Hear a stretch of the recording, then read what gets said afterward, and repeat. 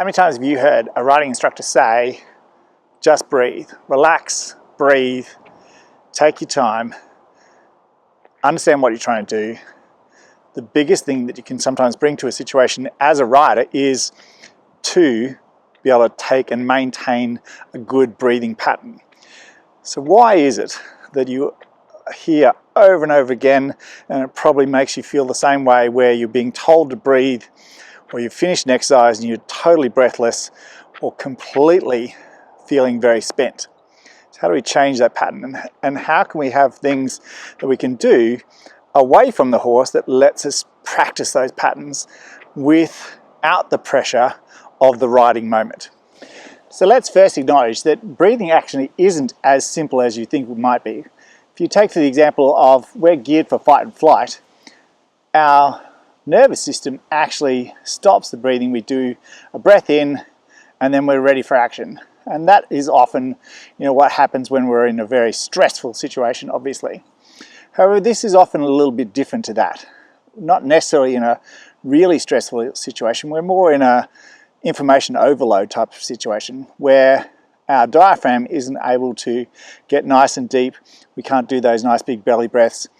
You often find that your shoulders are getting stiff, your neck is getting stiff, and so that's holding our breathing pattern, and so it's not able to function at its best. But often it does come down to that cognitive overload, where we've got a lot of information that we're trying to process, and we're really struggling with the fact of what to prioritize, what to do, our decision-making skills. Everything gets all information dumped into our brain, and our brain starts shutting down to what it feels are essential coping mechanisms.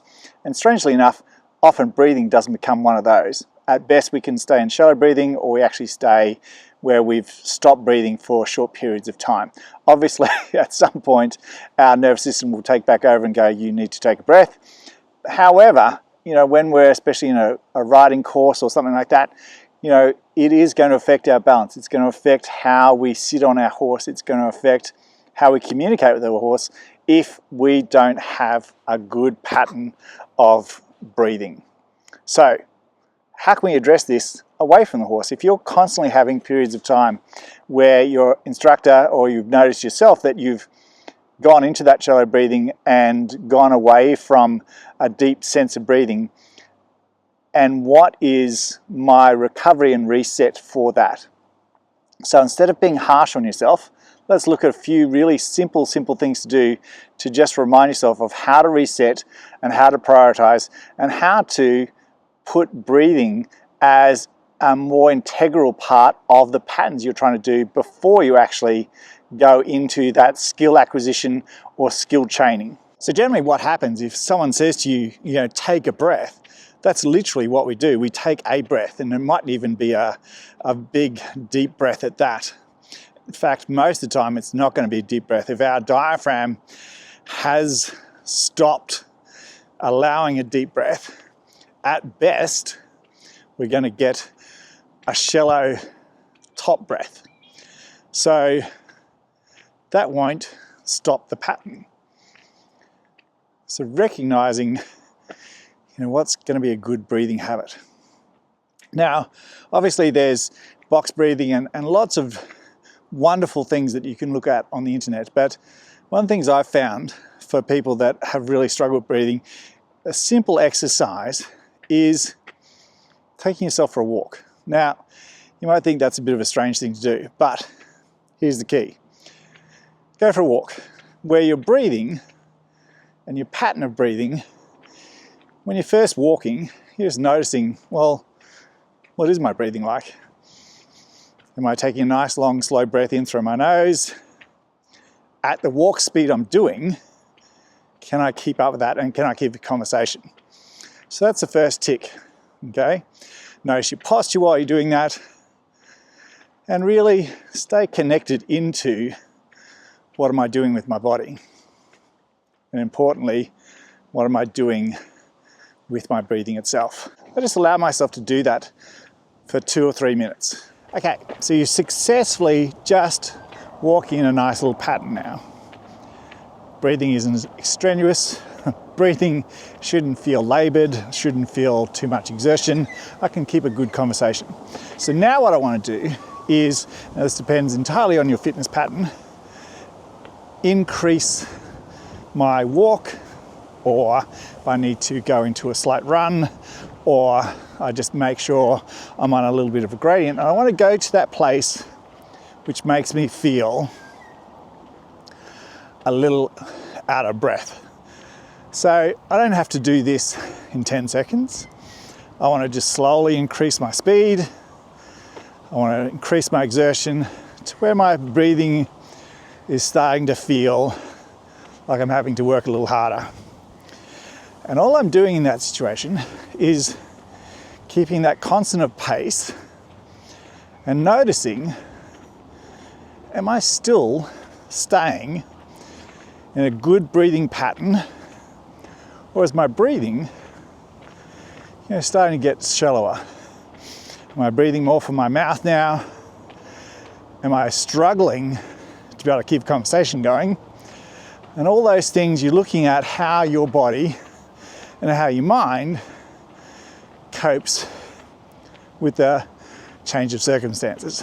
And this isn't a test at this stage. It's not going, you're a bad person if you can only increase a little bit and you're having all those symptoms, or you can go for 5 miles before you change anything. It's just where you're at. Like, it's not a judgment, it's just where you're at. So here's the thing, what do I want to do with this information? Well, have I started where I can't do deep breaths? Am I starting to lose my balance at all? That's sometimes it happens where my coordination suddenly isn't as refined as it is. I'm not going to fall over by any circumstances, but I just notice I get a little bit more stumbly, a little bit more unsure-footed. And so here's the thing, this moment isn't an exam. So can I reset my breathing?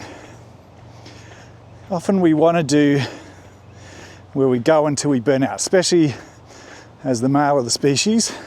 You want to go until you're totally breathless and then just crash and burn. However, what I want to now do is better self-regulate. So self-regulation in that moment comes about just slowing down and remembering what my breathing pattern in the first place was.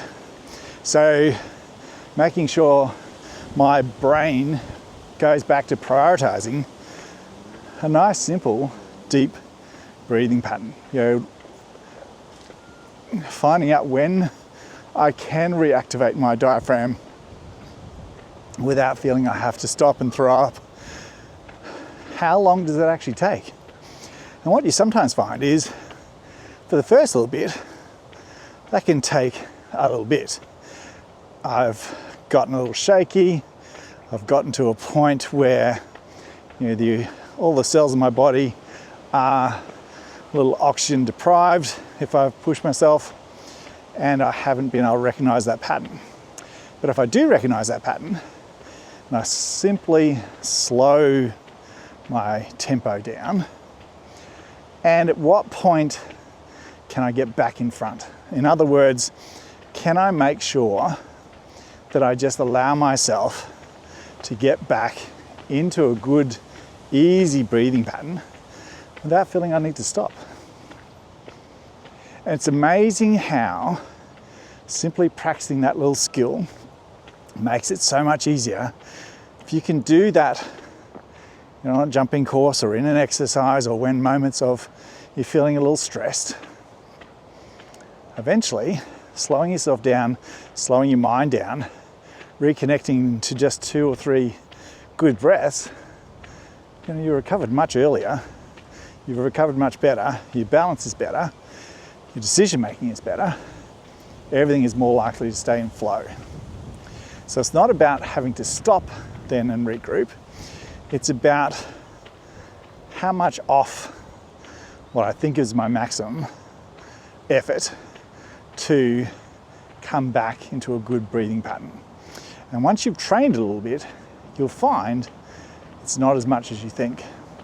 But if you don't train it, you stay in that poor breathing pattern where I'm not breathing and my system is just looking for the complete stop before I go back into any sense of good breathing. So it's a really, really intellectual, simple strategy for reminding yourself to stress yourself just a little bit, find the gear that comes back, and you can reacquaint yourself with a good breathing pattern. And we always want to make sure in all facets of life that we can do that. We've got, a few different gears up. Like, so when I'm going from a low gear to a high gear, I'm making sure I'm preparing myself, but I'm also knowing that as I'm getting towards the end of that, I can bring myself back into a good breathing pattern really quickly in case, that's not the completion of the exercise. And as we get more into our riding skills, we're going to connect more and more things, so we're much more into an endurance type moment. So if you can concentrate on how you're breathing, this strategy allows you to practice little things, without being in the context of a stressful moment with my horse, but I'm actually really studying myself.